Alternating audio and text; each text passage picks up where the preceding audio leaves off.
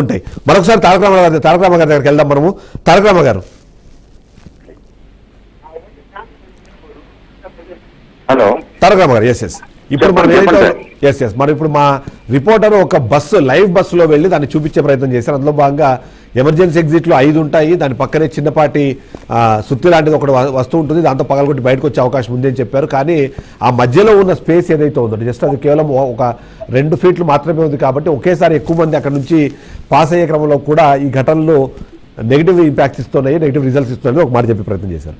So మీ observation ఏంటి? ఇప్పుడు వీటిని బిల్డ్ చేసేటప్పుడు ఈ సీటింగ్ కెపాసిటీ కోసం ఏమైనా ఆ ప్లేస్ ని తక్కువగా పెడతారా, లేకపోతే సీటింగ్ కెపాసిటీ గురించి అసలు ఉండదండి, అది ప్రస్తావన కాదు ఇక్కడ. ఓకే, ఆ గ్యాంగ్ వే అనేది ఏదైతే ఉందో, ప్రయాణికులు లోపల సీట్లు కూర్చున్నారు ప్రయాణించే గ్యాంగ్ వే ఏదైతే ఉందో అది ఆది నుంచి అంతే కొలతండి. బస్సు అనేది నిర్మాణం జరిగినప్పటి నుంచి ఇప్పటి వరకు అదే కొలత. దాన్ని పెంచలేము, తగ్గించలేము. ఎందుకంటే ఆ స్ట్రక్చర్ నిర్మాణానికి గాను ఆ కొలతనే వినియోగిస్తాం మనం. దాన్ని ఏంటంటే ఇప్పుడు జనరల్ గా ఇలాంటివి జరిగినప్పుడు అది ఇబ్బందికరంగా కనబడుతుంది, ఇబ్బందికరంగా మారుతుంది. కానీ జనరల్ గా ఏంటంటే ఒకళ్ళిద్దరు ప్రయాణికులే కదండి సీట్లోకి వెళ్తా ఉంటారు, 1 by 1 వెళ్తా ఉంటారు కదా. ఆ గ్యాంగ్ వే సరిపోతుంది ప్రజలు ప్రయాణించడానికి కానీ, నడవడానికి కానీ, ఏదైనా కానీ. ఇంకొకటి వచ్చేసి ఏంటంటేనండి, ఈ యాక్సిడెంట్ జరిగిన క్రమంలో ఆ డ్రైవరు ఫస్ట్ ఆఫ్ ఆల్ వాళ్ళ స్టాఫ్ ఎందుకు లేపుతాడంటే అతనికి హెల్ప్ఫుల్ గా ఉంటారు వాళ్ళు, అతనికి బాధ్యత ఉంది కాబట్టి వాళ్ళని లేస్తాడు. ప్రయాణికులను లేపారనుకోండి, ప్రయాణికులు కంగారు పడొచ్చు, భయపడొచ్చు, వాళ్ళ పని వాళ్ళ దారాలు చూసుకోవచ్చు. వాళ్ళు వచ్చి ఇతనికి హెల్ప్ చేస్తారనే గ్యారంటీ లేదు కదా. అదే క్లీనరో ఎవరినైనా లేపితేనో లేదు వాళ్ళని పిలిచానో వాళ్ళు వచ్చి హెల్ప్ చేసే అవకాశం ఉంటుంది కాబట్టి వాళ్ళకి ప్రయారిటీ ఇచ్చాడు అక్కడ ఆ డ్రైవర్ అనే అతను. అంతే తప్పించి వాళ్ళ స్టాఫ్ని కాపాడుకోవాలని కాదు, ఇంకోటి ఇంటెన్షన్ కాదు డ్రైవర్ది. ఇక్కడ ఒకటండి, డ్రైవర్ అనే అతను ఓనర్ జీతం ఇచ్చినా సరే బస్సుని సొంత ప్రాపర్టీ లాగా ఫీల్ అవుతాడు. అంటే మనం అతన్ని క్రిటిసైజ్ చేయాలని కాదు, తను ఒకవేళ ఇద్దరు ఒక డ్రైవర్ కింద ఉన్నారు, క్లీనర్ పక్కన ఉన్నప్పుడు కొద్దిమంది ప్రయాణికుల్ని అలర్ట్ చేసి మరి కొద్దిమంది. అవునండి, అది కూడా ఛాన్స్ ఉంది, చేసి ఇక ఆ టైంలో ఆ టెన్షన్ లో ఏం చేయాలి పర్ఫెక్ట్ గా మనకేం సింక్ అవ్వదు కదా సార్. అవునవును, యూజువల్లీ డ్రైవర్స్ అంటే చాలా స్ప్లిట్ ఆఫ్ సెకండ్స్ లోనే వాళ్ళు నిర్ణయాలు తీసుకుంటారు. మీకు తెలుసు కదా, ఆ 80 కిలోమీటర్ల స్పీడ్ 100 కిలోమీటర్ల స్పీడ్ లో పోతున్నా సరే చిన్న వాళ్ళు కూడా స్ప్లిట్ ఆఫ్ సెకండ్స్ లోనే వాళ్ళు నిర్ణయాలు తీసుకునేంత. దానికి ప్రతి స్పీడ్ లాగా ఉంటుందండి, ప్రతి బస్సు ఉంటుంది, స్కూల్ బస్సు సహా. ఓకే, స్కూల్ బస్సు అవనివ్వండి, ప్రైవేట్ బస్సు అవనివ్వండి, వాల్వో బస్సు అవనివ్వండి, maximum 80 kilometre speed only. 80 kilometre above వెళ్ళదు. మనకేంటంటే చూస్తానికి లేకపోతే లోపల కూర్చున్నప్పుడు బస్ జర్నీ జరుగుతుంటే 100 వెళ్ళిపోతున్నాడు, 120 వెళ్ళిపోతున్నాడు అనిపిస్తుంది. కానీ every bus having 80 kilometre speed లో ఓన్లీ.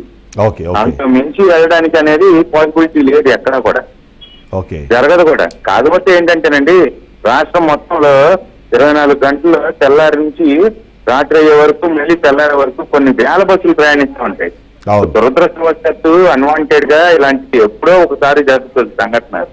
కాకపోతే ఏంటంటేనండి, ఇక్కడ మీకు క్లియర్ కట్ గా అర్థం చేసుకోవాల్సింది ఏంటంటే, ఇప్పుడు ఆల్ ఆఫ్ ద సడన్ ఆ స్పోర్ట్స్ బైక్ అతను వచ్చి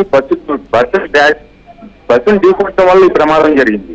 అది బస్సు బ్రేక్ ఫెయిల్ అయ్యో, టైర్లు పగిలిపోయో, పాత ఫెయిల్ అయ్యడం వల్ల టైర్లు పగిలిపోయో, దాంట్లో యాక్సిల్ రాడ్ ఊరిపోయో, ఇంకోటి డ్రైవర్ మందు తాగి ఉండబట్టో, లేకపోతే నిద్ర మత్తులో తూలిపోవడం వల్ల జరిగిన ప్రమాదం కాదు ఇది.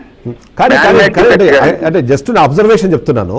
ఆ బస్సు కిందకి వెహికల్ అంటే అది ఏదైతే 2 వీలర్ మనం మాట్లాడుతున్నామో డ్యూక్ వెహికల్ అనుకుంటున్నారు అది. సో దాని కిందకి వెళ్ళింది అంటే ముందు నుంచి గుద్దితేనే అది దాని కిందకి వెళ్ళి ఉంటుంది కదా. సో అదే నిర్లక్ష్యమైన పాయింట్ మనం మాట్లాడదాము.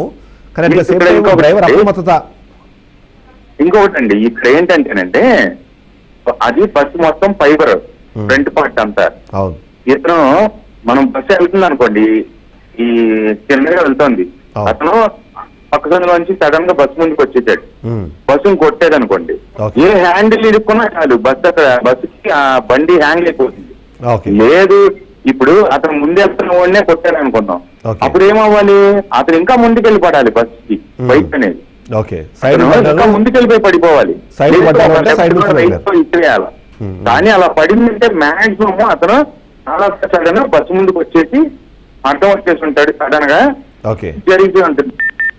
నాకున్న అనుభవం అంటే మాకు 30 ఏళ్ళ అనుభవం, 30 ఏళ్ళ అనుభవం, చాలా యాక్సిడెంట్లు చూసాము మేము బస్సుల్లో.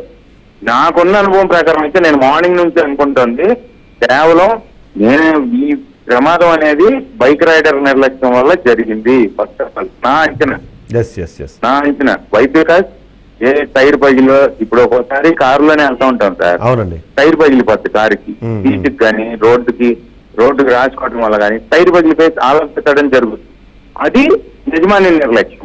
ఎస్ లేదు డ్రైవర్ తాగేసి ఉన్నాడు, ఓవర్ స్పీడ్ లో వెళ్ళి కంట్రోల్ చేయలేక కొట్టేశాడు, అది యజమాని నిర్లక్ష్యం.